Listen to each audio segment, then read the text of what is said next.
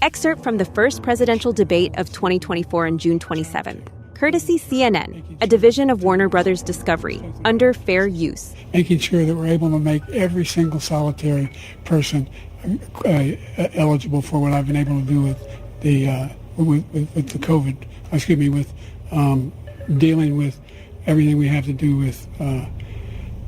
Look, if we finally beat Medicare. Thank you, President Biden. True crime. Sex. Political conspiracy. Celebrity gossip. Murder. UFOs. Crooked officials. The occult.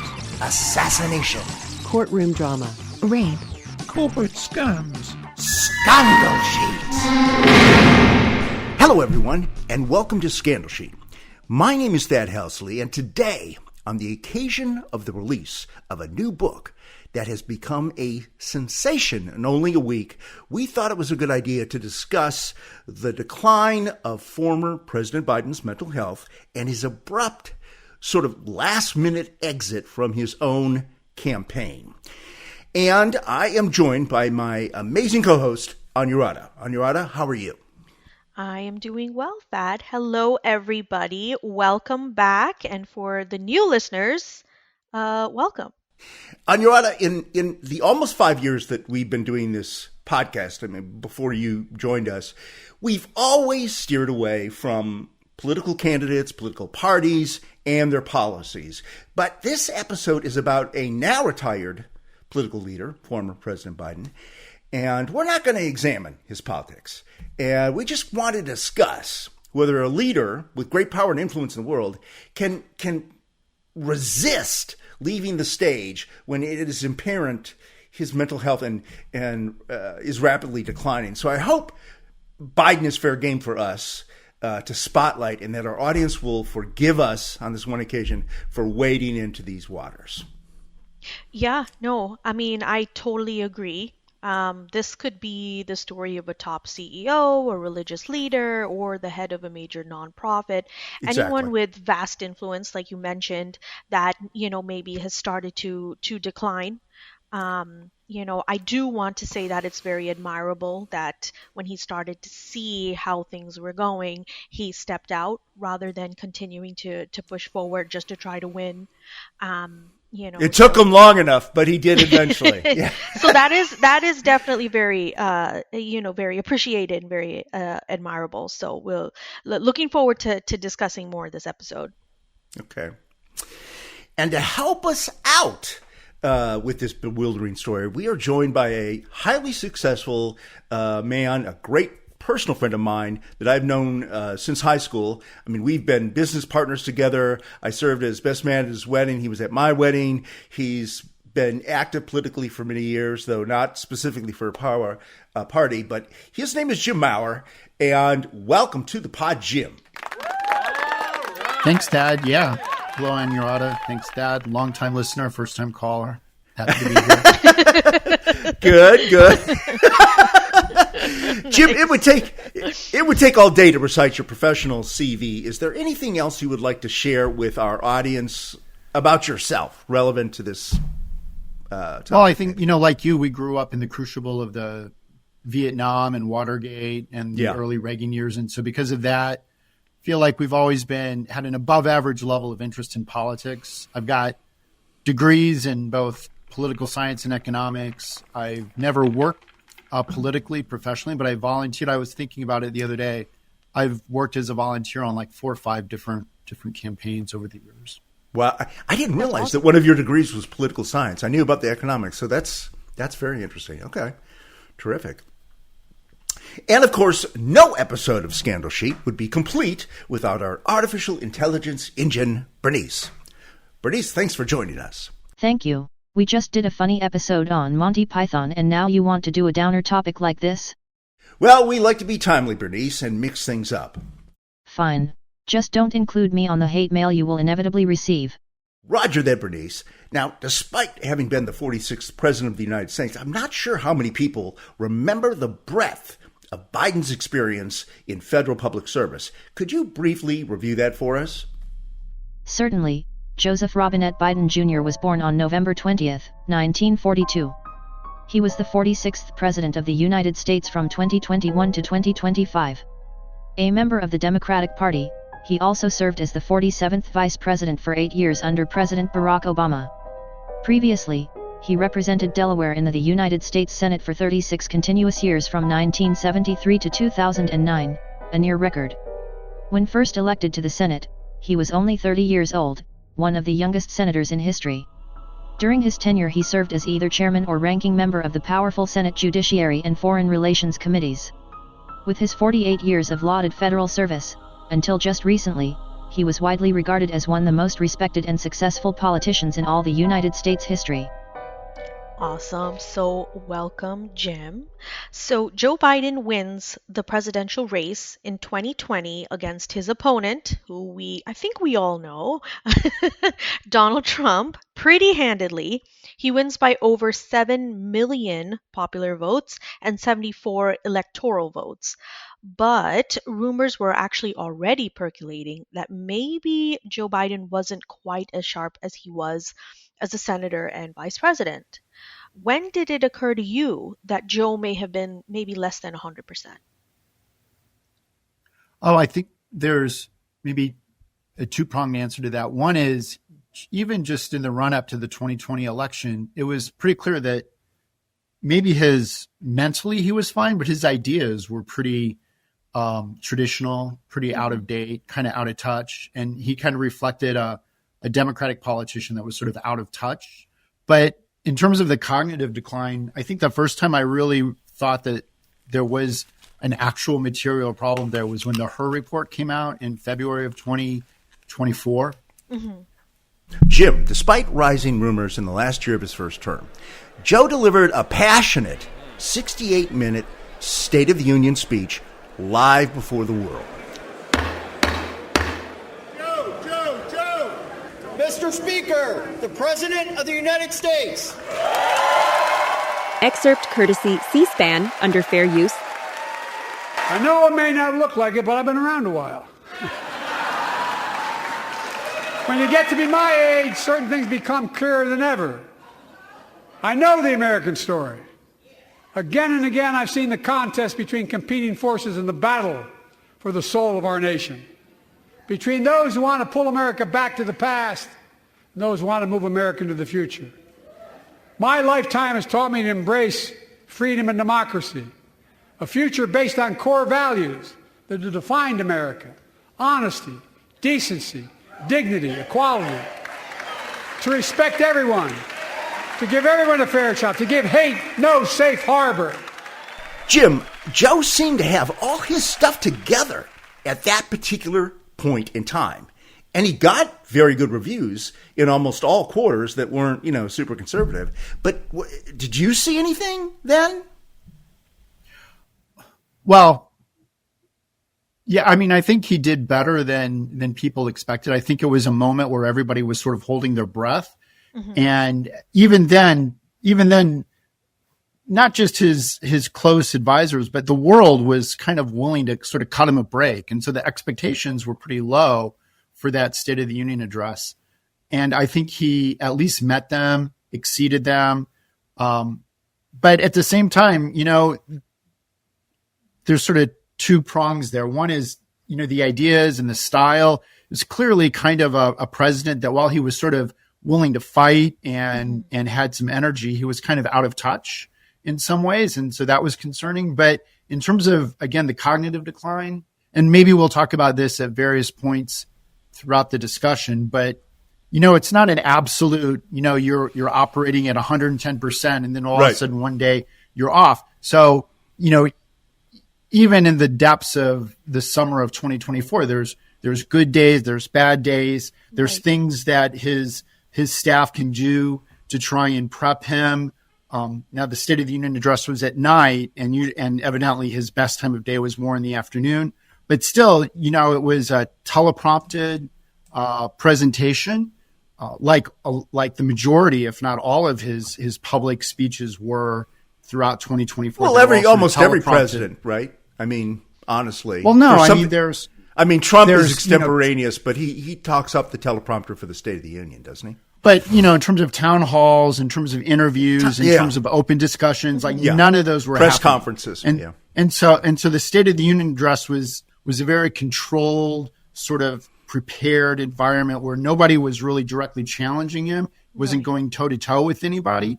And, once in a while he went off script, I think. I don't remember off the top of my head, but I'm sure that once in a while he went off script and he did pretty good. So again, I think there was sort of this collective sigh of relief then that he was even just able to deliver a passing presentation without, having the kind of problems that he had later in the summer. Yeah. No, that's actually a really good point. I think it's always kind of one of the best situations is when people maybe underestimate you, right? So so you can kind of go in and really impress everybody or prove them all wrong depending on how you look at it. So that's a really interesting kind of situation and probably a best situation in my view. I love it when people underestimate me sometimes. So that's one of your leadership tips. I built a whole career. I built a whole career out of exceeding low expectations. Oh, wow, yeah. You guys, I've been doing it all wrong. I keep building people up, and they say, you're a loser. You're nothing like you said you were. I've been doing everything wrong. Anyway, sorry. Go ahead, Ron. Well, so the very recent book that helped prompt us to actually do this episode is called Original Sin, President Biden's Decline, its cover-up, and His Disastrous Choice to Run Again. So you can tell this author was like really trying to sell this book. So the authors aren't pulling any punches here. They tell you right up front what they will be talking about. What do you think about that, Jim? What do I think about the fact that they're not pulling any punches? Yeah, I think the fact that they're like, hey, this is what the book's about. We're going to talk about how there's been a cover-up. There's a decline. Right. Disastrous choice. I heard an interesting quote from James Carville this morning. It's like, so one reaction is sort of like, oh, well, you're telling me the water's wet. It's like, I think everybody knew this, right? It was pretty clearly demonstrated. So there's, in some ways, there's not really any new or surprising information in the book. And so the fact that they're sort of, it would be disingenuous for them to do anything else because we all saw what we saw. We all know what happened. We all know where the story goes. So I don't know if you can write an apology for the last 2 years of the Biden administration. So I'm not at all.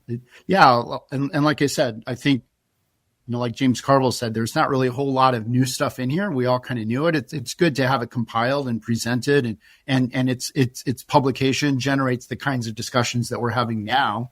But there's no bombshells in there really. Yeah. So you're saying like there really isn't much of a surprise. It's just in writing, but everybody already kind of knew. Yeah. I mean, there are some vignettes in there, like with George Clooney and stuff like that, that's sort of new information. And some of the mechanics and who was on what side of what issues at what. So the mechanics were all sort of interesting, but like you said, you were keying off of the title, His Disastrous Choice to Run Again. It's crazy. I think we all know that was a disastrous choice. There's nothing, controversial there. I don't think. Yeah. Unless you're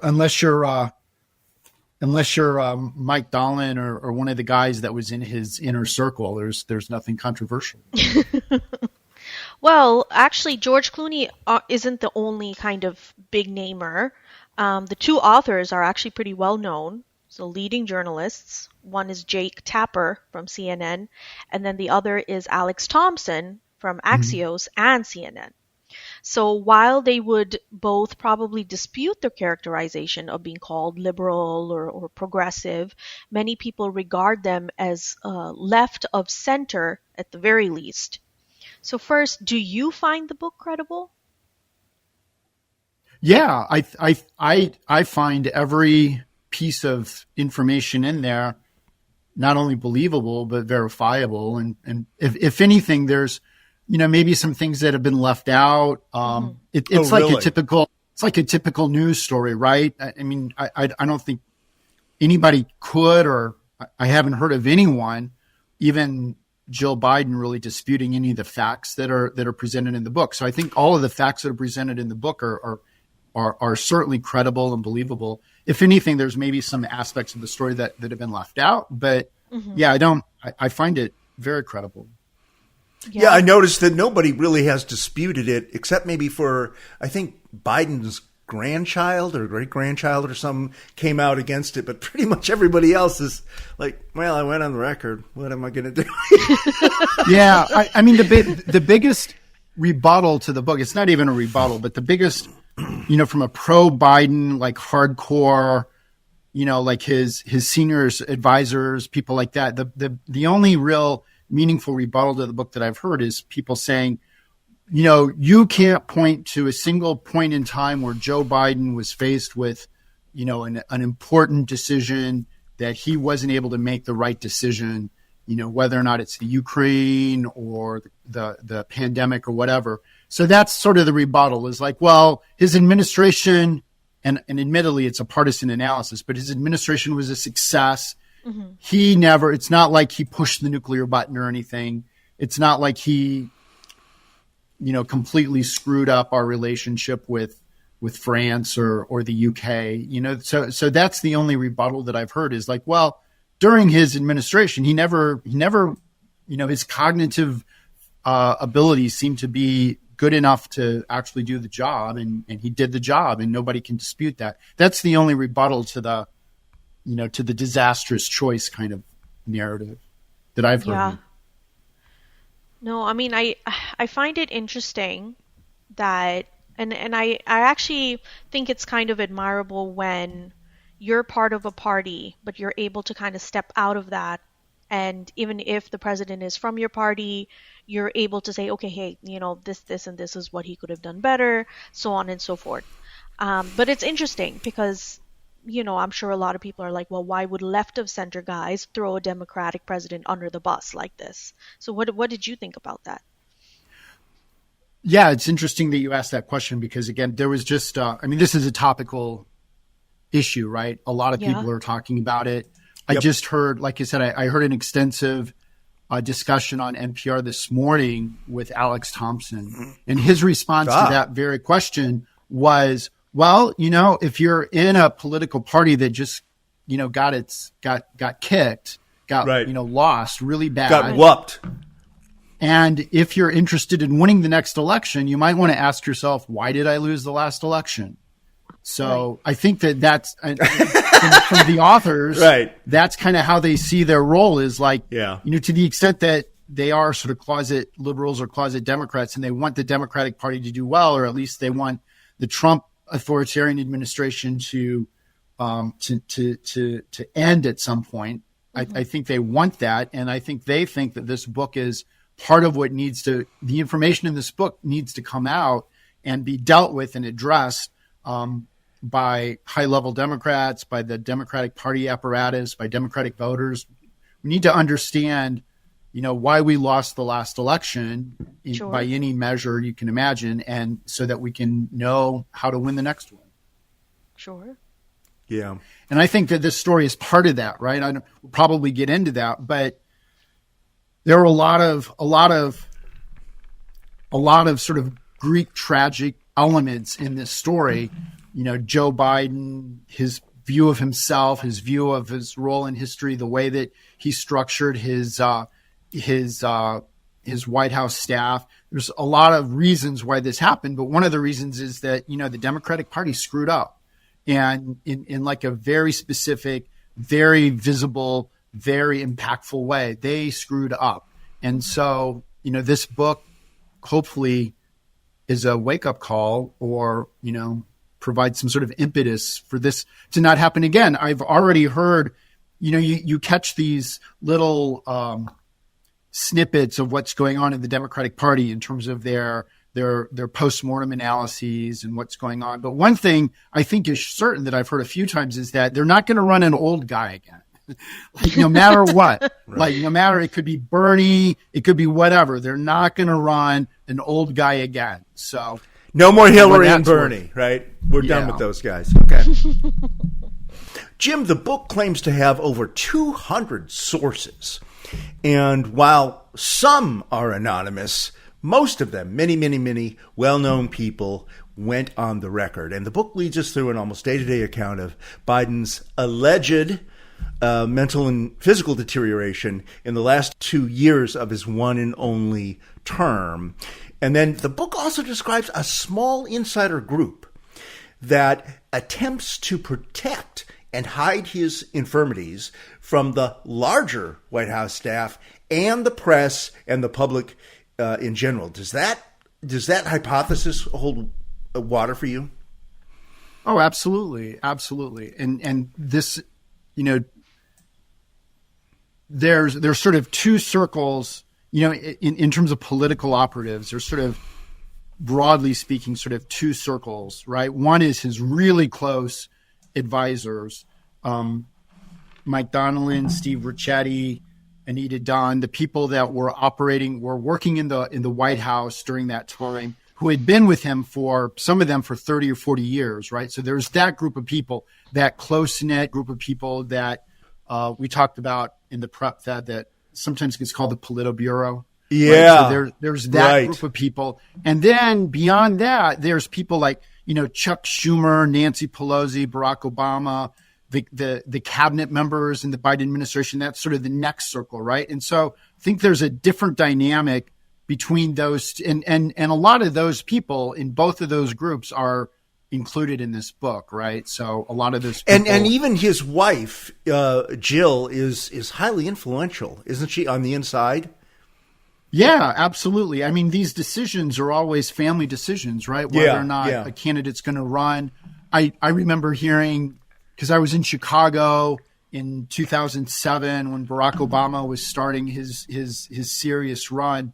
Even though, and when you read Obama's autobiographies, a lot, he never made a decision to run without Michelle's support. Right. And that's true. She was actually pretty close. She was like his last run for Illinois senator. She's like, well, this is it. Like, right. If this doesn't work, you need to go back and work at a firm and get a real job. But so anyway, the point is, I think all of these decisions that every politician makes are made in the family. And I put maybe Jill is and the family are in maybe an even tighter circle, right? Than his advisors, because they're his family. But whether or not it's a separate. So yeah, I think Jill and the family had a huge influence over both his mental state, the way he viewed his presidency, the way he viewed and his just in the book gets into this, right? Just sort of there's a Biden sort of family set of values that come into play here, where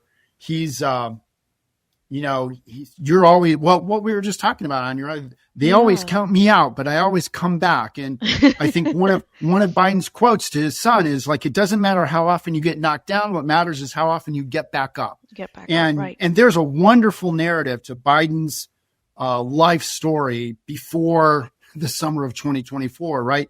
Sure. Where, he faces, challenge after challenge and catastrophe after catastrophe. Yeah, he does. And so his persona has built up at a personal as well as a political level, this idea that, it doesn't matter how often they count you out. What matters is, how quickly you come back. And I think he was thinking that, and that family perspective played a role too in his decision to run again, even though he said that he wasn't going to run again. Yeah. No, of course. I mean, so it's interesting because, we talked about the importance of, family and kind of having that support, right? And I think what really blows my mind, what I want to talk about is also your second point, the challenges and the catastrophes that he's faced, and kind of marry them together. Why would his family, the support system, kind of let him, with his state, knowing his state, get into this early debate? So just a little over 4 months after Biden's State of the Union address, his staff rushes him into a historically early debate with Donald Trump. So normally debates occur in the fall, like we know, but after the respective party conventions. So what kind of blows my mind is that everybody actually thought this was a good idea.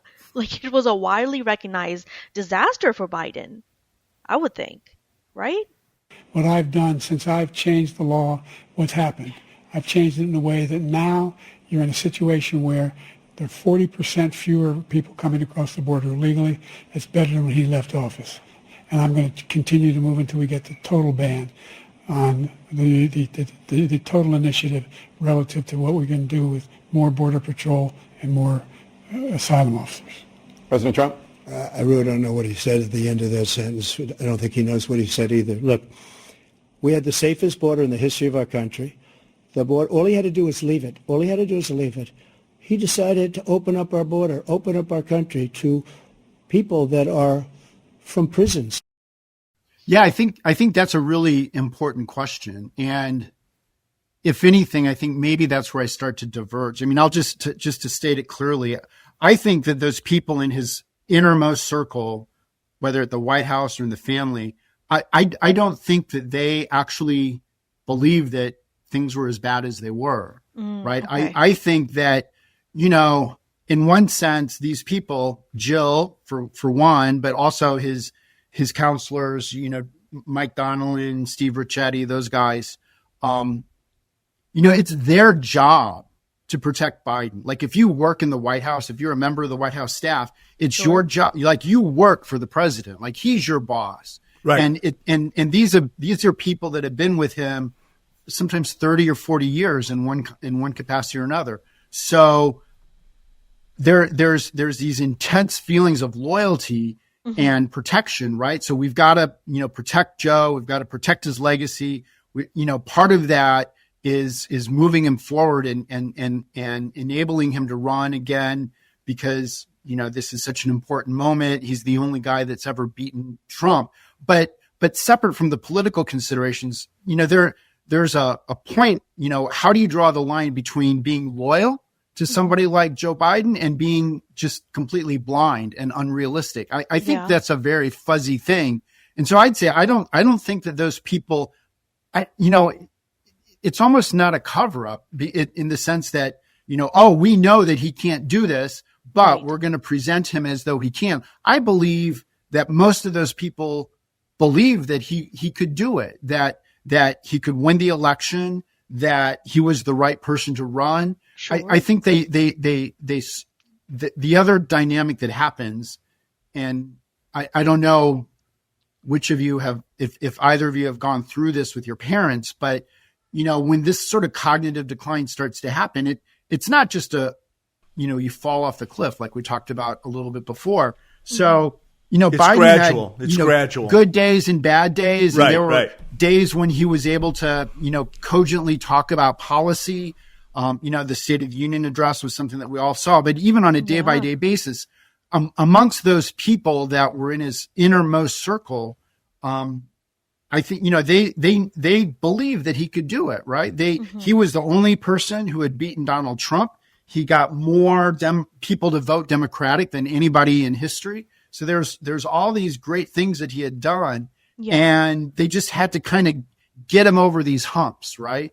And that was their job, was to sort of circle the wagons and get him over these humps. And so I think that they actually believed that he could do it. I don't think that they were sitting there going, I think there were other people like Clooney and Pelosi and Schumer, people like that were like, I don't know what the fuck is going to happen here. But I think his inner circle thought that he could win. I think they actually believed he's the only guy who could win. I think they still believe that, right? If you listen to some of the interviews with Mike Donnelly, who was like his key strategic advisor, he still maintains that it was the wrong thing to kick him out. That if they had left Biden in office, Biden would have won the election. That he would have won better. He would have done better than Kamala. Yeah, and I think that's lunacy, but that's just an illustration of how fervently these people were loyal to Biden, supported Biden. Like, that was their job. And obviously that's Jill's job, right? She's his wife. Yeah. No, that's very interesting because you talk about the person that he was before all this stuff started happening, and you think that that he is still that person, especially if you've known him all your life. You know what I mean? And like I think about like my grandparents, right? And they did amazing things and absolutely fantastic things. Like my grandmother still, she started her own school. She ran it for 50 years, right? So when she starts to forget things, I am still remembering the strong woman she is, right? So for me, I'm just like, oh, you'll snap out of it. You're fine, right? But it's because I'm remembering how strong she's always been, so I totally get what you're saying. Yeah. And the other part of the Biden narrative is, he was never, even at the height of his political career, he was never, the great communicator that Ronald Reagan was. He always, that was sort of his persona, right? He always flubbed up words, and it goes back to the speech impediment that he had growing up. So he was never great at, the communication thing. And it hurts to have Barack Obama as your boss for 8 years. Yeah. The greatest orator of the 20th and 21st century. And it's like, okay, well, okay. I'm sorry, go ahead. I had to interrupt. That's a good, yeah. So we've got, Ronald Reagan, Bill Clinton, Barack Obama.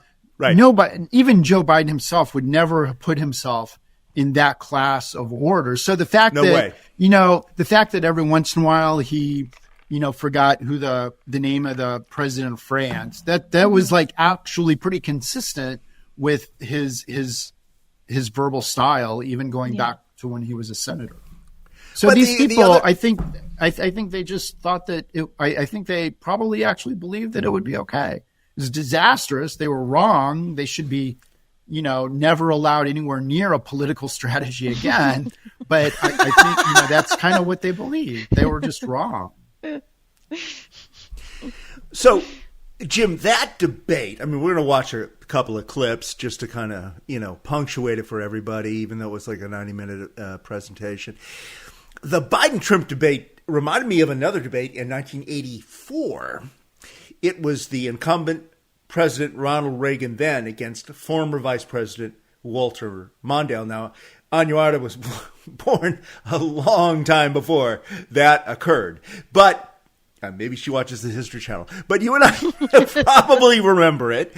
And our audience can find those complete debates on YouTube. So it's important because only years after Reagan retired from the presidency, he served his 2 terms, did we learn that he was already in the early stages of Alzheimer's disease, which would eventually kill him, in that second term. So if you watch those debates now on YouTube, Reagan's performance then was as bad as Biden's was last June, 2024, and maybe even worse. He was totally out of it. But he saved the debates with this one famous joke, which is all that anyone remembers today. You already are the oldest president in history, and some of your staff say you were tired after your most recent encounter with Mr. Mondale. I recall yet that President Kennedy had to go for days on end with very little sleep during the Cuba Missile Crisis. Is there any doubt in your mind that you would be able to function in such circumstances? Not at all, Mr. Truitt, and I want you to know that also I will not make age an issue of this campaign. I am not going to exploit for political purposes my opponent's youth and inexperience.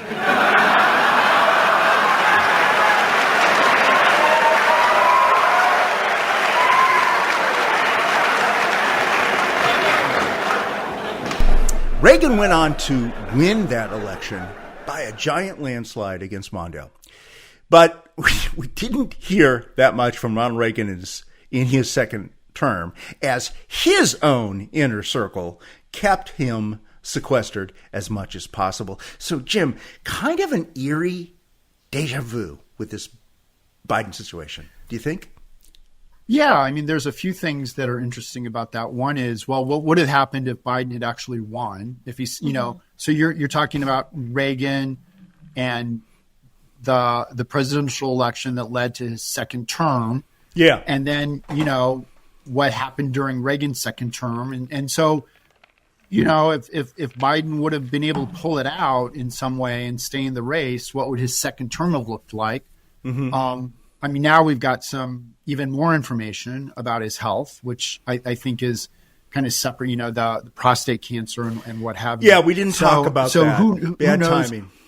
Yeah. So, I think that's partly what Nancy Reagan did and Reagan's staff members did for him during his second term. I think that Biden's people were absolutely ready to do that, for his second term. I think they were probably doing some of that at the end of his first term, right? And they were just going to cover for him come hell or high water.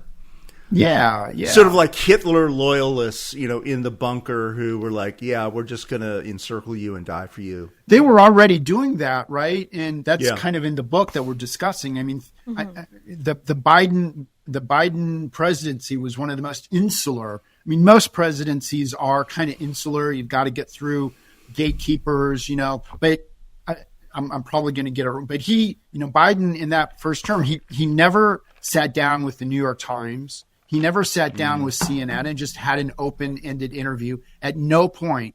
And cabinet members were frustrated at their inability to even have a meeting with him. Chuck Schumer, Democratic majority leader or Democratic leader in the Senate, Nancy, they were being pushed out.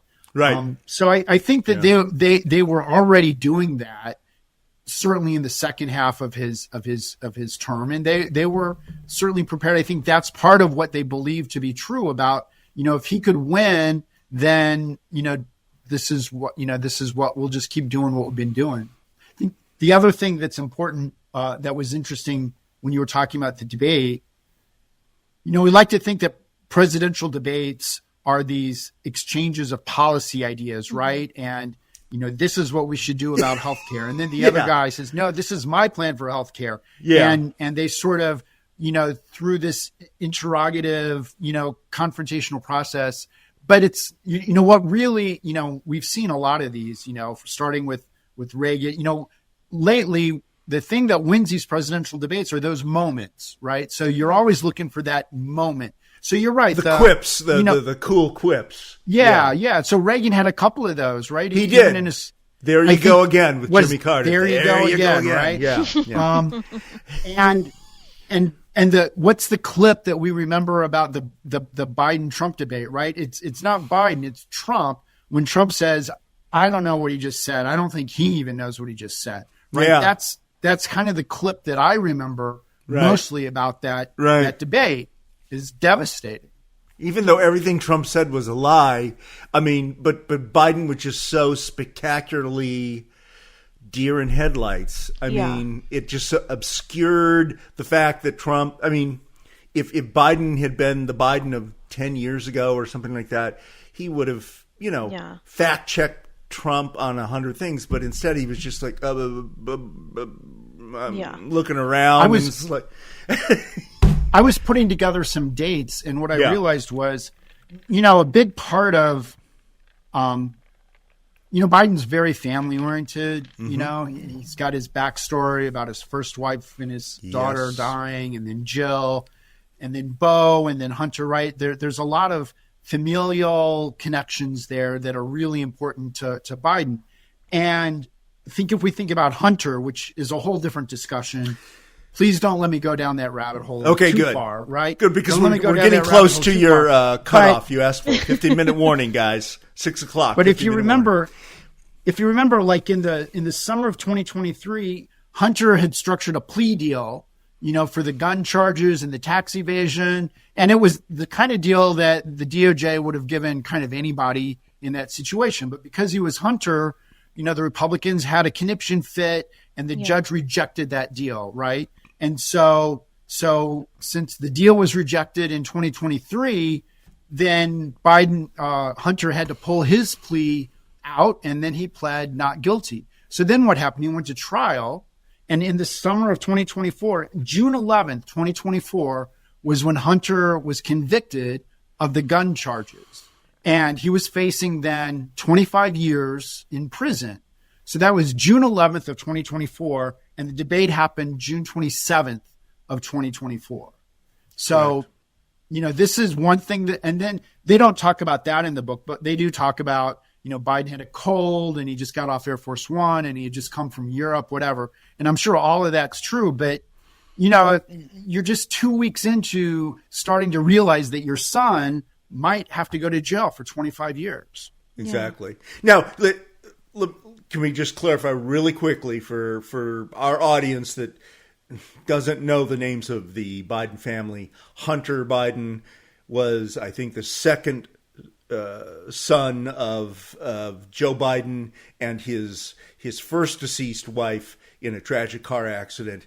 And he got in trouble through his bad behaviors, and that's where all this comes from. But he is the son of President Joseph Biden, and Biden's first son died tragically years before of a brain tumor.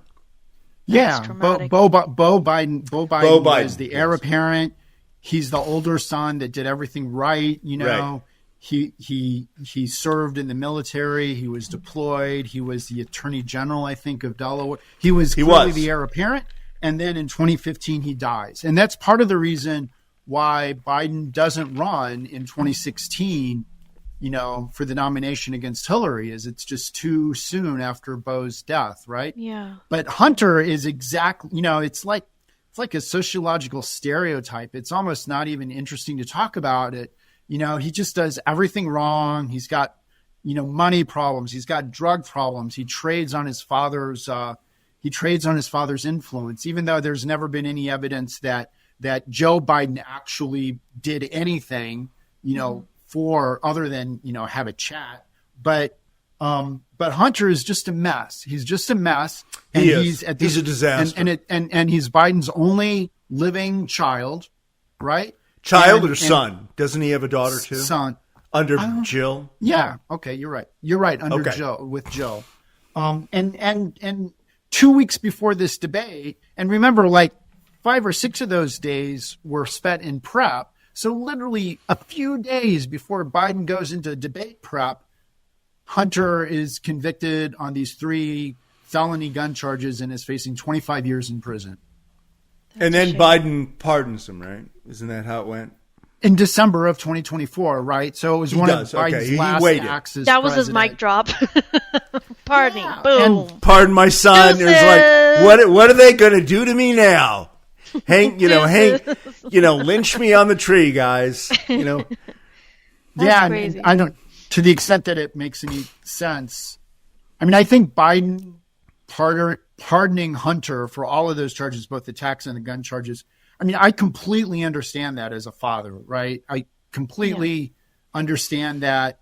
And Joe Biden believes that the only reason, certainly Hunter has his problems, but the only reason Hunter's getting drugged through these coals and is facing decades in prison is because he is Joe Biden's son. And so as a father, you can completely understand it. Politically, who knows if it was the right thing to do or if there'll be any fallout, or if it just sort of feeds into the whole Trump narrative of the Biden crime family. I don't know. But as a father, I can certainly understand why Joe did that as one of his last acts as president. So I do want to talk a little bit more about the debate. So after the June 27th debate, where everyone in the U.S. and the world could see what was going on or not going on with President Biden, he actually drags his feet for an additional 4 weeks before he drops out. As the book details, it took an army of his longtime friends and colleagues begging him to persuade him to leave, which is interesting because before this book, I actually felt like there were forces trying to force him to stay. He wanted to leave. So it's very interesting. What do you think? Really? Okay. That's a different point of view from the book. Well, that's just kind of what I thought for the longest time. But because you live in Pennsylvania with a Democratic governor, maybe, and a Democratic senator. I don't know. So that was what you were hearing. I live in a red state, so I was hearing the opposite. Joe Biden, needs to be on a gurney, and we need to just send him to the infirmary. But well, I just felt like he always seemed like a very, kind of black and white, not a very shiny, not a very colorful kind of person, just more someone who's like, okay, I can do this or I can't do this kind of thing. He was a regular guy. He was like a working class guy. He spoke blue collar, which, guys like Barack Obama and Bill Clinton and George Bush or whoever, they spoke PhD, and they tried to like talk down to the little people. Joe was the little people, wasn't he? Yeah. He really was the little people. So that's what I'm saying, right? So I just, in my mind, I thought that he was actually the person who was trying to kind of bow out, and folks were like, "No, you can't. Like, keep going." Really? Okay. But wow. Jim, what do you think? What are your thoughts? Yeah, I think Biden was not trying to bow out. I think he had to be convinced, and I think coming off of the debate, I think again, that tight inner circle, Biden, Joe Biden, his nearest advisors, they thought, well, it's a bad debate. It was a bad night. But, they would say, Barack Obama had a bad debate. I forgot. He did. That's a good point. He had one bad debate with Romney, right? The first one. And everybody was like, what the hell happened? Yeah. So, I think Biden's narrative, there's a narrative, right, that Biden himself adopted. And again, that tight inner circle, it was their job to sort of reinforce that narrative. The narrative was, it's a bad debate. It's still early. We're months out. We've got billions of dollars to spend. There's another debate. We can pull it off. Joe Biden's the only person that's ever defeated Donald Trump. Right. Defeating Donald Trump is an existential issue for American democracy. Yep. And so again, there's this Biden family. You're not going to count me out. I know you're trying to, but you're not going to count me out. I'm going to come back from this. Like, that's his whole political career, is coming back from this stuff. Yeah. So so there's a whole narrative even after the debate that reinforces the idea that you shouldn't step out. The last thing that I'll say there is that part of the disservice that his closest staff members were inflicting upon him was they were hiding data from him. I mean, I think I've got it somewhere here. The book says there were three pollsters that had been pollsters for many Democrats. Going back to Clinton, they were considered to be experts, and they were very, very accurate. And their data did not get to Biden. Schumer had to visit him at his beach house in Rehoboth with his inner people did not share it. I'm just sorry. Yeah, that was after the debate. That was kind of the thing that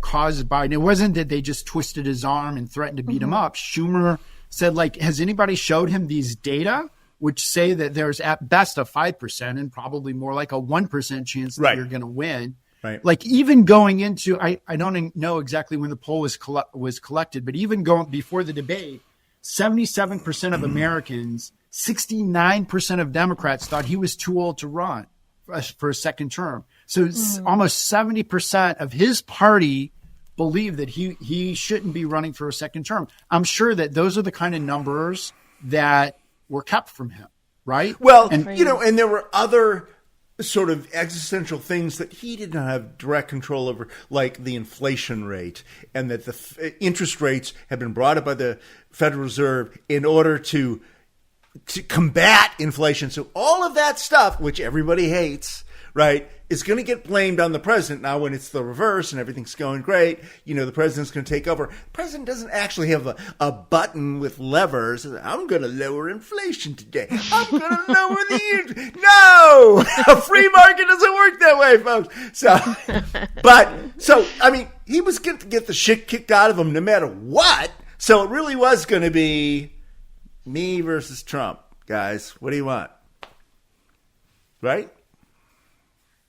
I think, and if we peel that onion back a little bit further, I think what you see there is a certain level of tone deafness that I talked about at the beginning of the discussion, right? So on the one hand, Biden believes that he's the only guy who can defeat Trump and save American democracy from this existential threat. Right. And at the same time, he's like, well, I saved NATO. And he did, basically. I saved NATO. I saved the Ukraine.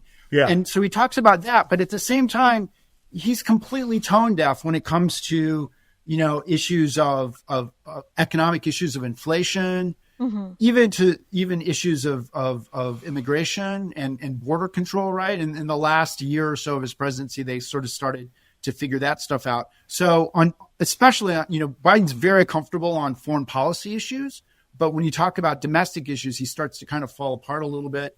And so I think there was that insularity and that high level of unquestionable loyalty creates a tone deafness that, probably would have lost him the election. But he believes that he was the only guy who could have won it. Mm-hmm. Probably to this day, he believes that the mistake was dropping out, right? That was his mistake. When Biden does finally agree to drop out on July 24th and endorses his vice president, Kamala Harris, as the new candidate for the presidency, she's only has 170 days to put together a campaign. Donald Trump had been campaigning for a full 4 years. Jim, did Harris, and actually on right away, did Harris even have a chance in hell to win? Especially as she was so closely associated with Biden, who had, now he has all these negatives, dementia, inflation, blah, blah, blah. What do you think? So I think she did incredibly well for someone who only had 107 days. I know there were a lot of people who were like, oh yeah, she didn't even, it wasn't even a close race. It was a landslide, blah, blah, blah, all this crap. But they're forgetting it was close. It was close. The situation around which she had to run, first of all, right? Second of all, I'm sure for her it was like stressful, like having to put together. It's not like it was ready to go and then 107 days starts. No. Like literally she had to put all that crap together. Yeah. And then it starts. So really, was it 107 days? Probably even a little less. You know what I mean? So I think she actually did pretty well. And obviously, I won't get I'm waiting for her book. I want to hear the story of how she even fucking pulled herself out of, because she's like, what the fuck? It's like the old Bugs Bunny cartoon where they drop like a 25-ton anvil on you. I mean, sort I'm of sure what they did to her. That's probably how she felt, and so she's, and we've seen how she is when she's at her best, right? How well she does in her debates and things.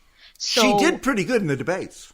Yeah, she did. She did decently this time, but previously, I mean, some people thought she was too aggressive, but I actually thought she was pretty decent. So we've seen what she can do at her best, right? So imagine just being thrust into this, right? And then all these people are like, well, what did you truly think about Biden? And trying to get her to kind of shit talk him.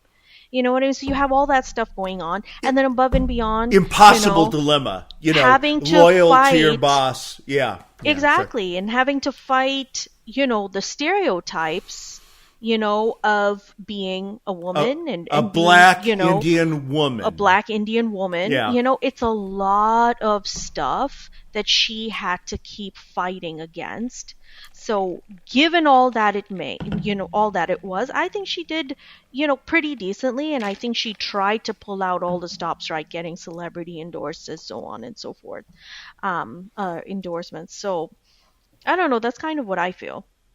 What do you think? Yeah, I pretty much agree with that. I think that she could have won, basically. Mm-hmm. Oh, really? I think she could have won. I think that part of, you touched on, Urata, on a dynamic, which is that she was his vice president. Yeah. And again, she worked for him, and she wasn't part of, it's not like she had been working for him for 30 years like some of these other people. No. But she was, she was loyal to him too, throughout 2023 and throughout 2024. She judiciously avoided, making any negative comments or calling for him to step down, right? And that was out of loyalty. I'm sure there's a political calculation too. But all of a sudden, like, you shift from, it's very difficult to shift from having this sort of unquestionable loyalty to the current president to running against, Biden's record and running against your record. And I, that would have been a difficult shift. But I think at the end of the day, I think she probably had a good shot at winning. If we talk specifically about the Harris campaign, I think the reason, in my opinion, a lot of the reasons why she lost didn't have a whole lot to do with Kamala Harris. It just had to do with Democrats in general and people who just and not supporting her or just not know anything about her. Well, or very little. They don't know anything about her, and they believe that they know enough about Democrats to not, under no circumstance are they going to vote Democratic, right? And so she, I think that the Democratic Party, the Democratic platform, the communication strategies and the issues, I think all of those need to be scrutinized. But at the end of the day, I think she could have won. Having said that, I'll say that the point at which this election was really lost, though, was when Joe Biden decided to run again, right? So you can point to the debate, you can point to Kamala Harris, you can, all of that. We can talk about all of that, but really, the point at which this election was lost was when Biden decided that he was going to run again, and then there wasn't really any sort of a actual primary. Because didn't he say when he won the first time, he said, well, look, this is a one-term deal, and then I'm going to turn it over, something like that. I'm going to turn it over. He said he was going to be a bridge to the next generation. Okay, right? okay. So that everybody said, look, it's a one-term deal. I know I'm 82, blah, blah, blah. And then all of a sudden everybody's like, switch the deal. Is that part of the problem? Is that what you're saying? Yeah, absolutely. And I think... Okay. I don't know if the book did enough to talk about that. I think in the earlier chapters they talked about that. Like, again, that Biden narrative about why he should run for a second term, but like they were wrong. Like it was a wrong decision. And that's the point at which the 2024 election was lost, was when Joe Biden decided that he was going to run for that nomination. So you mentioned that, it wasn't too much of a Harris campaign that was, to blame per se, right? So you don't feel like the DNC could have spent maybe 4 years grooming someone else, and maybe avoided this tragic fate from the start? Like, what do you think? Yeah, well, I'm conflicted because on the one hand, I think this whole idea of anointing candidates is kind of what gets us into trouble, right? Yeah. The Democrats tried to anoint Hillary Clinton in 2008. And fortunately, Barack Obama said, well, I'm a black guy and I'm going to I'm into my second year in the Senate, but I'm going to disrupt that. Right. But both parties, but especially, there's this notion of taking your turn all the way back to friggin' Abraham Lincoln, right? When Abraham both Lincoln both parties, to be honest, right? Yeah. So on the one hand, I could get on a soapbox for 10 minutes and rail against this idea of an anointed person, right? But at the same time, I think, okay, when Biden said, as he was running for the 2020 election, when he said that I'm going to be a bridge to the next generation and I'm not going to run for a second term, like the day he said that, the next thing is he and Obama and Pelosi and Schumer should have gone into a room and said, okay, what are we going to do? Yeah. Like, what's the backup? If Biden's going to be the incumbent and if he's not going to run again, because, Joe, you just said that. So let's start thinking about what we're going to do. Let's look at all of our up and comers. Let's look at the AOCs of the world, everybody else. Yeah. Who is the girl or guy in there? Yeah. And let them be the 23 people on the primary stage. No Joe, no Bernie, no Hillary. Let the people under 50, between 30 and 50, let them fight it out. Let the electorate decide who's going to do it, right? And we never really got that opportunity, did we? because even in the 24 primaries, it was seen like sort of like Bernie versus Biden. It was like, great, two guys in their 80s. Awesome choice.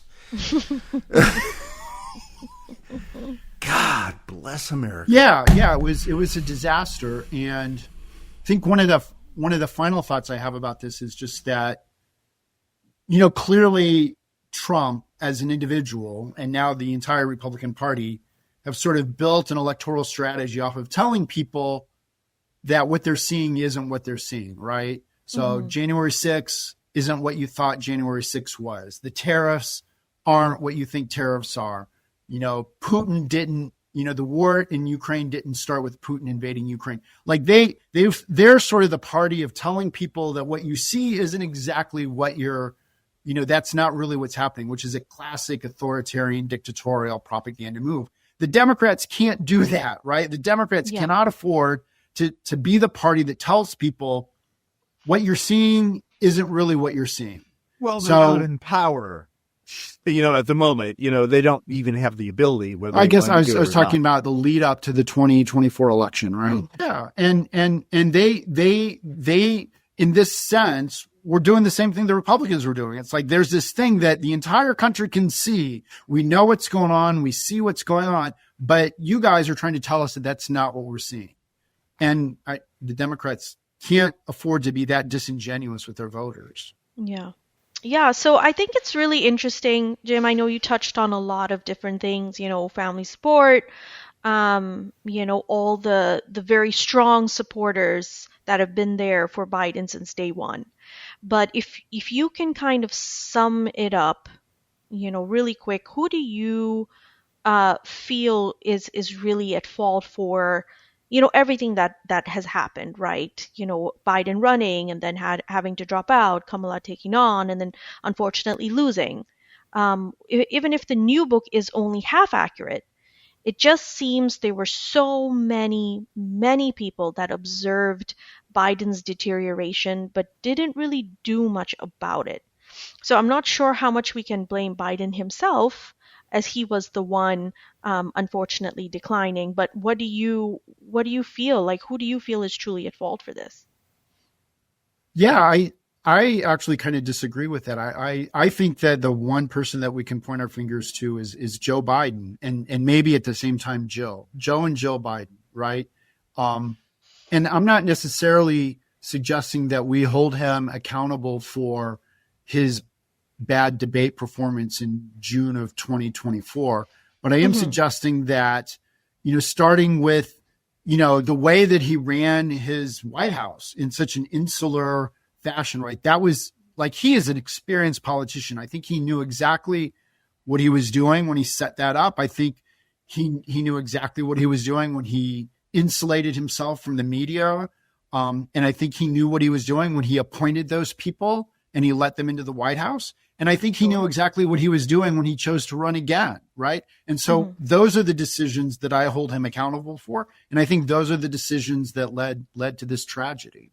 It doesn't mean that I absolve, the Dolans of the world for what they did. I don't even absolve Chuck Schumer and Nancy Pelosi for being more aggressive.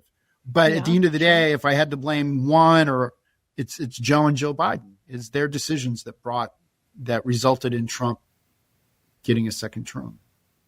It's interesting. That's a good point. All right. Well, guys, I know we are past our time. Thank you very much. How do we do that? We did amazing. And passing flying colors. Everybody did amazing. I mean, Jim, it was like it was inspired. Yeah, I just want to say it was nice meeting you, Anuradha. I've heard you on the podcast a lot. I think you're really smart, and that really comes across in the podcast. I think, you're really smart. You're really good on your feet. You've got a really good delivery. So I was happy to have this chance to actually meet you virtually. Thank you. You as well. Nice to meet you as well. He's the greatest gentleman. Keep this in the recording, Thad. Don't take it out. I will. Woo! Bye, everyone. We hope you'll follow or subscribe to Scandal Sheet on your favorite pod platform. Do it. And share it with all your friends, just like Anurada does every day. Do tirelessly. it. Just sits there on Twitter all day saying, "Hey, man." Share. We'd also love it if you leave us a shameless, over-the-top rave review on Apple Podcasts, especially. That helps us build audience. And we would really appreciate if you could support us on Patreon, where you can enjoy premium bonus content less the price of a cup of coffee at Starbucks. So just go to patreon.com/ScandalSheet. Also, we want to hear from you. You can reach us online at Facebook or X, formerly Twitter, LinkedIn, or TikTok. Or just send an email to scandalsheetpod@gmail.com. See you next time on Scandal Sheet. Scandal Sheet. Copyright 2025. Thad Halsley Media, all rights reserved.